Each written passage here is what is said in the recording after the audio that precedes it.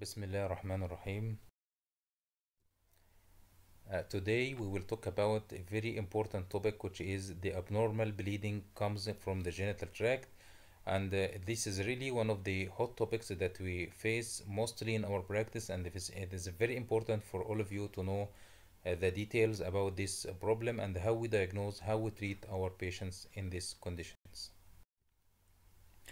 By the end of this talk, you should be able to fulfill or to understand all of the following topics.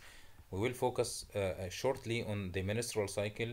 We will discuss also some classifications of the abnormal vaginal bleeding, about the possible causes and most of the possible causes of abnormal vaginal bleeding. We'll go through the diagnosis of these causes, and we will at the end give a hint about the what we call dysfunctional uterine bleeding if you have no organic lesion and you still have abnormal vaginal bleeding. And we'll try to know some definitions, the etiology of the possible causes. We'll know how to take a history to do examination and investigation and the possible lines of treatment. And at the end, we'll discuss the dysfunctional uterine bleeding as we said. Before we start, we'll try to know what is the possible physiology of occurrence of menstruation. And to know or to answer this question, you should know that we have an axis which is known hypothalamo-pituitary-ovarian uterine axis. Through this axis, there is hormones that is going to be secreted from the hypothalamus, which is the GnRH or the gonadotropin releasing hormone, that is going to act on the pituitary gland to release FSH and LH. This FSH and LH is going to act on the ovarian follicles to allow the growth of these follicles till the period of ovulation. And from the growing follicles, we will have hormones, which is estrogen hormones, especially in the first half of the cycle, followed by progesterone hormone, especially in the second half of the cycle after occurrence of ovulation and formation of this corpus luteum. That's why the menstrual cycle is divided into phases. The first phase is known as the proliferative phase. The second one is known as the secretory phase, and these two phases is separated by this important event with the event of ovulation and formation of corpus luteum later on. Also, you should know that the main hormone that is responsible for the growth of the follicles in the first half of the cycle is the FSH hormone, and the main hormone that is going to be secreted from the growing follicle in the first half of the cycle is the estrogen hormone. And this estrogen hormone should be increased up to 200 picograms to allow the area to allow the occurrence of ovulation at around this period, which is in the middle of the cycle. And at this point, you should have an LH surge, and this is the hormone that is responsible for the occurrence of ovulation, which is the LH surge that allow ovulation and rupture of this Gravian follicle and formation of the corpus luteum later on. And after formation of the corpus luteum, you should know that the main hormone that is present in the second half of the cycle or in the secretory phase is the progesterone hormone, and it is secreted mainly from this corpus luteum. This is how menstruation is going to happen in the normal females, normally in females. Again, these are the hormonal changes. This is the FSH that is going to increase. This is the LH that is going to increase till around the period of ovulation. And this is a growing follicle, and after that ovulation will happen, formation of corpus luteum. After formation of from the growing follicle, estrogen will be secreted, and this is the first half. And the second half of the cycle, progesterone is going to be increased, and all of these hormones will reflect on the development of the endometrium. It's going to be proliferative in the follicular phase at the start, and after that you will have the secretory phase, or there will be collection of the secretions inside the endometrium under effect of progesterone in the second half of the cycle. These are the changes that happens during menstruation and in the form of the hormonal changes and in the endometrium, in the proliferative phase, and in the luteal phase. This is the first step in the menstrual cycle, which is menstruation, followed by the follicular phase, and this is the most important event, which is the ovulation, formation of corpus luteum, and the rupture of the Gravian follicle. Then we have the luteal phase, and if there is no pregnancy that is present, mostly these patients will have menstruation again to start the next cycle by this menstrual flow. Here we will try to focus on some of the definitions that is used in patients who having abnormal vaginal bleeding. And before we go through this topic, you should know that we have two different terminology. We have an old terminology and newly formed terminology, and we'll see the old and the newest one. Abnormal uterine bleeding, nowadays we have the term which is called heavy menstrual bleeding. The old term, which is known as menorrhagia, defines as prolonged or heavy cyclical menstruation. Nowadays we call it heavy menstrual bleeding. In the past it was named as menorrhagia. We have also intermenstrual bleeding, and in the past it was named as metrorrhagia, but it is nowadays named as menorrhagia, and it is intermenstrual bleeding, and it means that you have an abnormality in the menstrual flow and in between the menstruation. We have also the breakthrough bleeding. This happens if your patient is going to take a hormonal treatment, and during its course of hormonal therapy there will be bleeding while she is taking these medications, and it happens in the intermenstrual period, and again while your patient is going to take hormone replacement or hormonal therapy. You should know also that the menstruation normally happens every 28 days plus or minus 7 days. I mean between 21 up to 35 days. And again, this is the oldest classification, and we will see the newest one later on. We have also a term which is known hypomenorrhea, which means that the duration of the menstrual flow is going to be reduced than 2 days, as we will see. We have oligomenorrhea. This means that the interval of menstruation is going to be or to occur on a period for more than 35 days. Polymenorrhea means that you have a short menstrual cycles, that it happens or recur every duration less than 21 days. We have also withdrawal bleeding. This happens when you have sudden decrease in the levels of progesterone when your patient is going to take hormonal treatment. And we have another term which is known as post-coital bleeding, which happens after intercourse. Most of this terminology is an older terminology, and mostly it's not used mostly nowadays. This is the oldest classification, and this is what is normal and this is what is abnormal. For the duration of the flow, it is between 2 to 7 days, average 5 days. The amount between 3 to 40 ml of flow, and the cycle frequency between 21 up to 35 days. Again, this is the oldest classification. And this is the different terminologies that we said before: menorrhagia, metrorrhagia, menostaxis, and all of this terminology again is not famous nowadays. At 2018, the FIGO classification put this newest classification of menstrual cycle. It is have different parameters than the parameters that we are talking about now.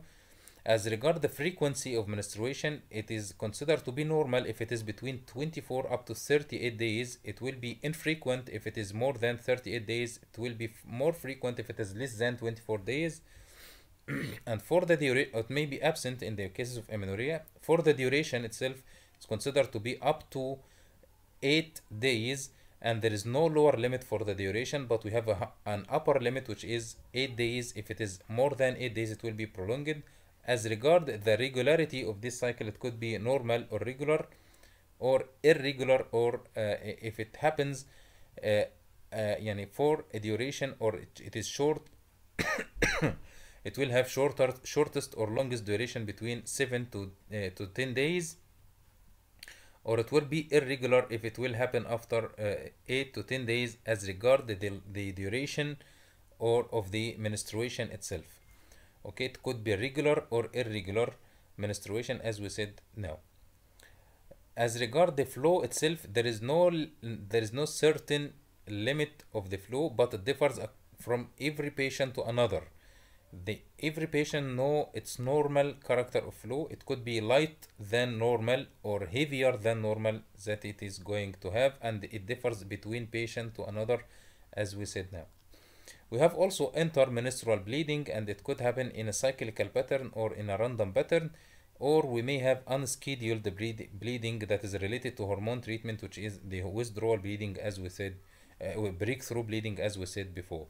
So these are the newest classification at 2018, put by the FIGO classification, and it replaces most of the oldest terminology, as we said now.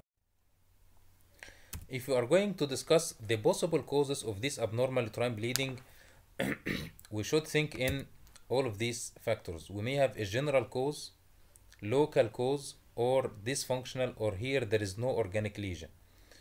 By the general cause, we may have patients having a tendency of bleeding tendency like blood diseases, hypertension, congestive heart failure, liver diseases. All of these are considered as general causes. If we're going to focus on the local causes, it is organic lesion in the genital tract affecting the uterus, cervix, vagina, fallopian tubes, or even the ovaries. Or if you have no organic lesion, it will be at this point called as dysfunctional lesion. Also, the FIGO put this classification, which is known as Palm and Cohen classification. It's the abbreviation PALM. It is examples of the structural lesion or organic lesion like endometrial polyp, adenomyosis, leiomyoma, which is fibroid or malignancy. These are examples of the lesion that could happen in the uterus, or non-structural lesion like coagulopathy, ovulatory disorders, endometrial pathology, iatrogenic or not otherwise specified. These are non-structural causes of the abnormal uterine bleeding.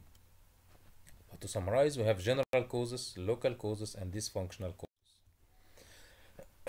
This is again the classification put by the FIGO, Palm, and Cohen. For the Palm, polyp, adenomyosis, leiomyoma, malignancy, these are examples of the structural lesion. Cohen here, coagulopathy, ovulatory dysfunction, endometrial lesion or endometrial disease, iatrogenic or not yet classified if you are not able to find any of this lesion. And again, this is the abbreviation, which is Cohen classification. Here also is an example of the polyp, the adenomyosis, fibroid, malignancy, endometrial lesions, ovulatory dysfunction, coagulopathy, iatrogenic like IUD or not otherwise is specified, as we said. Again, this is the Palm and the Cohen classification. Here, Palm and Cohen, and this is how we are going to classify fibroid according to FIGO, also from 0 up to 1, 2, 3, 4, according to the site of fibroid. Here is a submucous fibroid. Type 1 here is more than 50% of the fibroid is inside the uterine cavity. Type 2 here is more than 50% is inside the wall of the uterus. Type 3 is just touching the endometrium. Type 4 totally inside the wall of the uterus. Type 5 is touching the serosa of the uterus here, but it is still intramural. Type 5, more than 50% is inside the uterine wall and less than 50% outside the uterine wall. Type 6 here, more than 50% is outside the uterine wall, less than 50% is inside the uterine wall. Type 7 here is totally subserosal or outside the uterine wall. And we have also type 8, which is known as parasitic or cervical fibroid. This is the classification of the fibroid according to the FIGO put at 2012. Again, remember almost the Palm and the Cohen. If we are going to classify these possible causes according to the age, we can have patients in the neonatal period, in the first months, during infancy, childhood, pubertal, childbearing period, premenopausal, perimenopausal, and postmenopausal. And this is the most famous causes of each of these age group. If you have a neonate complaining of abnormal vaginal bleeding, this problem is known as birth crisis, and this is mostly physiological condition, and you have to assure your patients about this problem. If you have an infant having this abnormal problem, think almost always in vulvovaginitis or presence of foreign body inside the genital tract, or a very rare condition which is tumor known as sarcoma petroides, but it is very rarely to happen in infancy. If you have a childhood or prepubertal female having this abnormal vaginal bleeding, it could be germ cell secreting ovarian tumor, so think almost always a malignancy, or it could be a precocious puberty. At puberty, at the period of puberty and adolescence, it is dysfunctional uterine bleeding. You may find nothing, you may find no organic lesion. It is just a start of the action of the axis that we said before. Until this axis be mature, you may have these conditions. In the childbearing period, which is a period between 16 up to 40 years, think in pregnancy related complication or contraception related complication, and genital infections. Very important thing in pregnancy related complication at this period. Premenopausal period between 40 up to 45 years, think that there is dysfunctional uterine bleeding. Again, this axis which is starts to work here, it starts to end its action here. And also this is a very common age of tumors, especially benign tumors as fibroids. Also, this is going to happen in the perimenopausal age, but as you are going toward the menopause, the risk of malignancy is going to be raised more and more.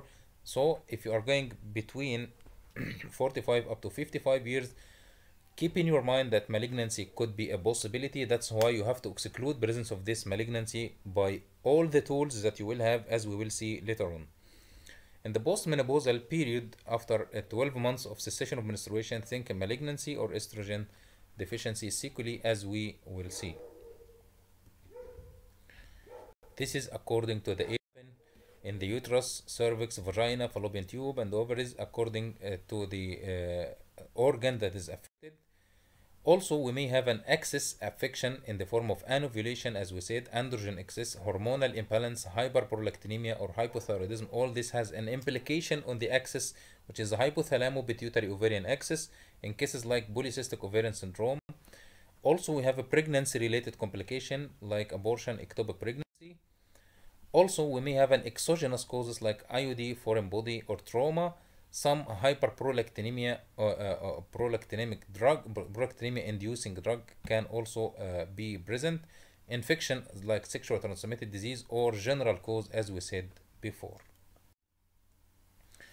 To diagnose the possible causes, as we said, you should have to take a history from your patients. You should know what is the age group of your patient, the menstrual pattern to know what is the type of the lesion and the pathology or the terminology of the abnormalities that is present. You should ask about the sexual history to know if there is a risk of sexually transmitted disease or not, history of trauma, if there is any signs of or symptoms of infection, if any known systemic disease, if any medications is going to be given, and think almost always in stress, which is a very common to be a possible cause of abnormal vaginal bleeding. Then you have to do examination, and during this examination you have to do general examination for the hirsutism, acne, galactorrhea. All these are possible causes for thyroid affection or galactorrhea or signs of hyperandrogenemia, and this hormonal imbalance may be a possible cause of improper action of the axis, which is the hypothalamo-pituitary-ovarian axis, that will be reflected later on the form of abnormality in the vaginal bleeding. After that, you have to do abdominal examination, and you have to know if there is any pelvic abdominal swelling, or if there is any masses like ovarian mass or not. You can palpate the liver or the spleen to know if there is chronic liver disease that could be a possible general cause of abnormal vaginal bleeding. Then you have to do pelvic examination to exclude presence of infection, any organic lesion in the genital tract, any lacerations, polyps, or fibroids could be done by doing this local examination in the pelvis. After taking history and doing examination, you have to think in investigations, and all these investigations can help you to reach to your diagnosis. At the start, you have to do beta HCG to exclude presence of pregnancy. You have to do CBC to know the level of anemia, because it will be affected by the severity of the bleeding attacks. You can take cervical smear to exclude presence of infection. You can do TSH and serum prolactin level to know if there is any affection of the thyroid or the hyperprolactinemia. These hormones, which is estradiol, progesterone, dihydroepiandrosterone, testosterone, all of these are hormones needed for the diagnosis of polycystic ovarian syndrome and the hyperandrogenemia. And again, this hormonal profile will be reflect on the action of the hypothalamo-pituitary-ovarian axis, and it could be a possible cause of abnormality in the vaginal bleeding. And after correction of this hormonal imbalance, the normal menstrual pattern could be regained again.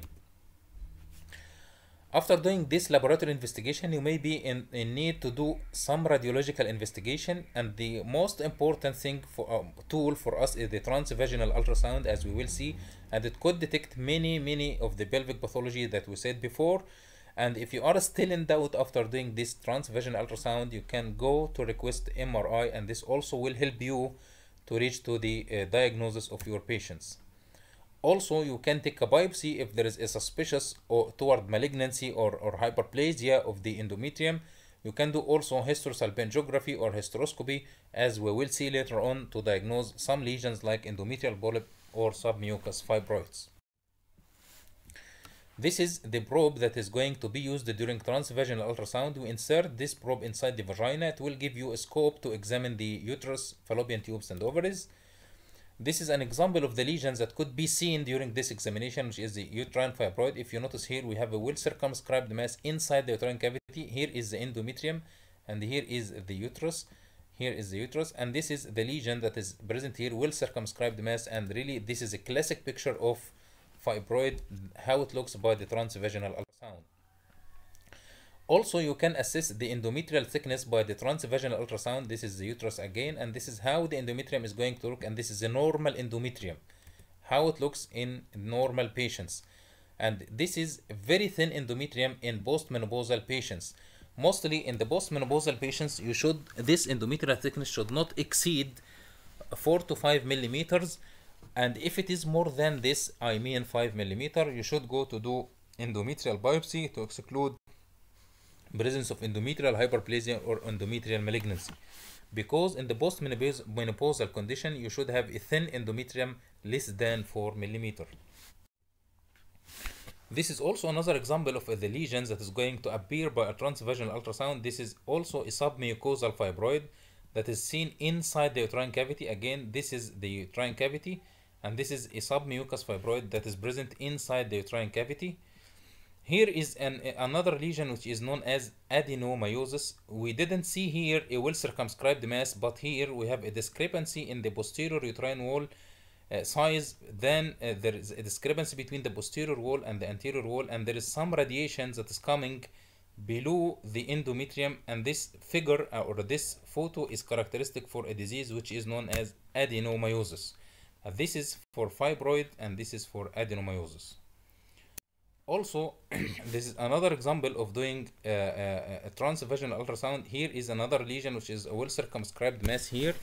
This is a fibroid, and this is how it looks in transvaginal ultrasound examination. This is also another example of examination which is called sono-infusion sonohysterography. We inject a saline inside the uterine cavity. This black color is a saline that is going to be injected inside the uterine cavity to see what is inside the cavity. You notice here that we have a polyp or a small fibroid that is seen inside the uterine cavity after its distension with this fluid, which is known as saline infusion sonohysterography, and is very beneficial in diagnosis of polyps and submucous fibroid. This is the fluid, and this is the lesion, which is the fibroid. Also, you can go to do this MRI, and this is a machine of MRI. You are going to do examination on the area of the pelvis, and this is examples of the lesions that could happen after doing an MRI. This is multiple uterine fibroid inside the cavity. This is 1, 2, 3, 4, 5, 6 fibroids here, is seen in this photo. And here is another example of the adenomyosis. Here the diffuse enlargement of the posterior wall of the uterus. Here is the characteristic picture of adenomyosis. Mostly MRI is beneficial in diagnosis of adenomyosis than diagnosis of fibroid, because most of fibroids could be diagnosed well by ultrasound. But if you are in doubt, you can go for MRI. It will be so easy to diagnose adenomyosis and differentiate it from fibroids. Here also another example of multiple uterine fibroid. As we said, this is another example of cervical fibroid. Here we have a fibroid that is seen inside the cervix. Here also is a small lesion in the submucosal area. This could be a site of malignancy or another lesion that is inside the myometrium. This is how it looks in the MRI. These are examples of the lesions that could be diagnosed by MRI. Also hysteroscopy. This is how the uterine cavity is going to look after doing hysteroscopy. Here is a telescope that is going through the cavity of the uterus. You should have this lesion. This is a submucosal fibroid here, seen in the cavity of the uterus. Here also is another example by hysteroscopy, is the uterine polyp. This is a polyp that is diagnosed by doing hysteroscopy. After all this investigation, you may be in need to take a sample from the endometrium to diagnose if there is any possibility of malignancy or not. And this sample could be taken by this tools. This is what we call Bipel biopsy, and this Bipel biopsy is a plastic an instrument that's inserted through the uterine cavity to take a piece of the uterine cavity here to be diagnosed, to be diagnosed, and this biopsy could be taken in the office. This is called office biopsy or Bipel biopsy. This is the classic way of taking a biopsy from the uterus, which is known as dilatation and curettage, and it's not preferred nowadays because it is a blind technique. But the most common nowadays is to do this, which is a Bipel biopsy, or to do a negative suction here by a vibra aspirator here. This is called vibra aspirator. This is Bipel biopsy. This is DNC. Or you can do hysteroscopic guided biopsy, and this is the best and accurate, the most accurate method is to go for hysteroscopy to see where is the lesion and to take a biopsy from the lesion under vision. And this is the best one. This is how we are going to take a sample from the endometrium if you are suspecting any lesion inside the endometrium. After taking history, doing examination and investigation, you will put a possible diagnosis of your patient. That's why you should treat your patient. And again, the treatment is dependent on the cause of the lesion that is you are going to face. You may have fibroid, and we have many lines of treatment of fibroids. You can go for medical treatment of fibroids. If your patient is not candidate for surgery, you can do myomectomy. I mean, you can remove only the fibroid and to leave the uterus, or you can do hysterectomy, especially if your patient is going to have completed her family, or she is near menopause. You can think in hysterectomy. For adenomyosis also, you have hysterectomy, especially if your patient again is near menopause or completed her family, or you have an option of medical treatment like progestogen or GnRH analog if your patient is young age or willing to preserve her fertility. For endometrial polyp, you can do hysteroscopic removal or resection of this polyp. Or for endometrial carcinoma, you have to do radical surgery and to remove the uterus, and you may be in need sometimes to do pelvic irradiation for your patients. After that, you may have no definite lesion or no definite pathology after doing all this history, examination, and investigation, and at this point we will call it dysfunctional uterine bleeding.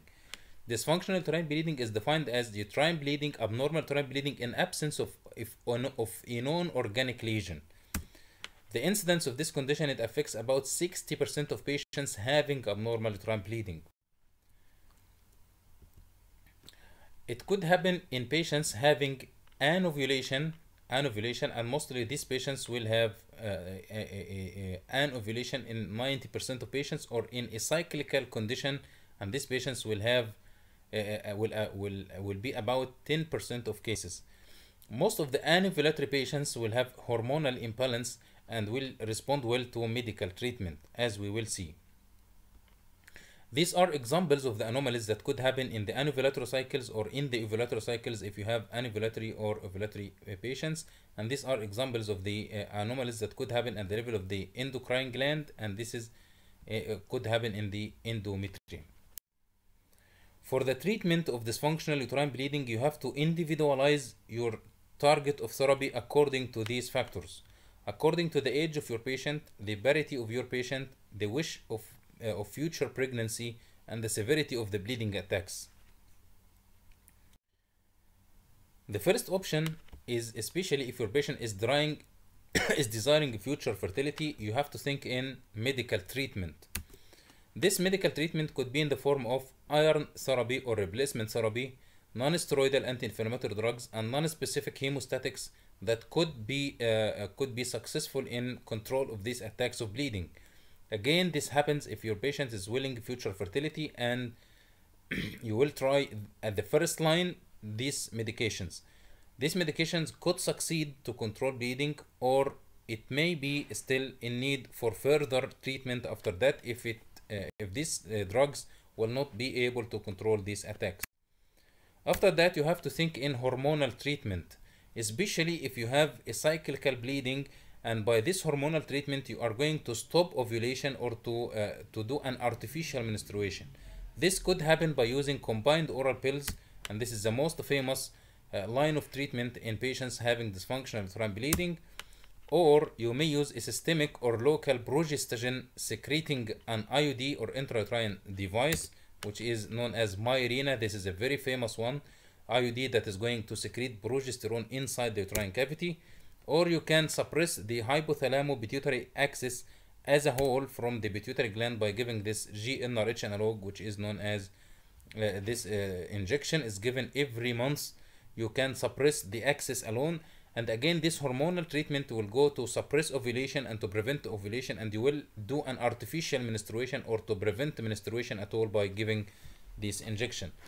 Again, this is not the first line of treatment, this is the second line after after failure of the first line, as we said before, which is the non-specific hemostatics.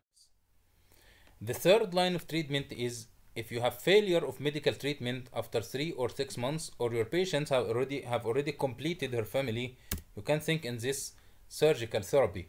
The surgical therapy could be in the form of dilatation and curettage, and this is considered to be diagnostic and therapeutic at the same point.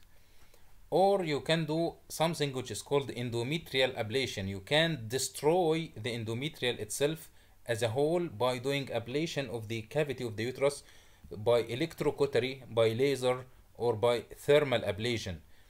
All these are alternative to do hysterectomy for your patient. You can do these options. Also, you can do bilateral embolization of the uterine artery to decrease the blood that is going to the endometrium, to decrease the severity of the bleeding attacks. Here is an example of how endometrial ablation is going to happen. This is an example of the electrical ablation of the endometrium. This is done through hysteroscopy. You can do this electrical ablation, electrical ablation of the endometrium. This is another example of the thermal balloon ablation. You will insert this balloon inside the cavity, and you will inject here heated saline or heated fluid. It will cause thermal ablation of the uterus, of the endometrium. And again, the endometrium is the functional area of the uterus that is responsible for the bleeding. You are going to ablate or to destroy this function by electrocautery, by thermal ablation, or by laser. Or you may do this maneuver, which is an interventional radiology. It's a semi or minimally invasive technique. By doing an bilateral uterine artery embolization, you will insert a catheter through the femoral artery to reach to the common iliac artery, to reach to the uterine artery, and you have to occlude this uterine artery on that side, and you will do this technique by the same way on the other side to occlude the other side, as you see here. This is how the vasculature of the blood vessels is going to appear after doing this uterine artery angiography, and you will inject sclerosing material here to occlude the blood supply that is going to supply this fibroid or to supply this area inside the uterine cavity. Again, this is called uterine artery embolization. It is a minimally invasive technique. It is done by a radiologist. It is no need for surgical intervention, no need for anesthesia, and could be a good alternative to surgery if you are not or if your patient is not willing to do surgery. The last option in the surgical therapy is to do hysterectomy, and by doing hysterectomy here, this is the only method of complete cure of your patients, and especially after failure of medical treatment, and especially if you have a pathology, you will not miss this pathology. But really, this is the last option of treatment, and you should start to treat your patients by all the previous steps in the medical treatment, or in the medical treatment at the first. Then you have to do after medical treatment at first, then you have to do uterine artery embolization. If it will be if you will not be able to do this, you can do hysterectomy. And for hysterectomy, you can do hysterectomy by one of two approaches. You can do it through laparotomy. You can do hysterectomy through laparotomy or through laparoscopy, and of course doing hysterectomy through laparoscopy is much better and preferred because it has less complication, less comorbidities, a rapid return to the daily activity, less hospital stay, and less wound complication.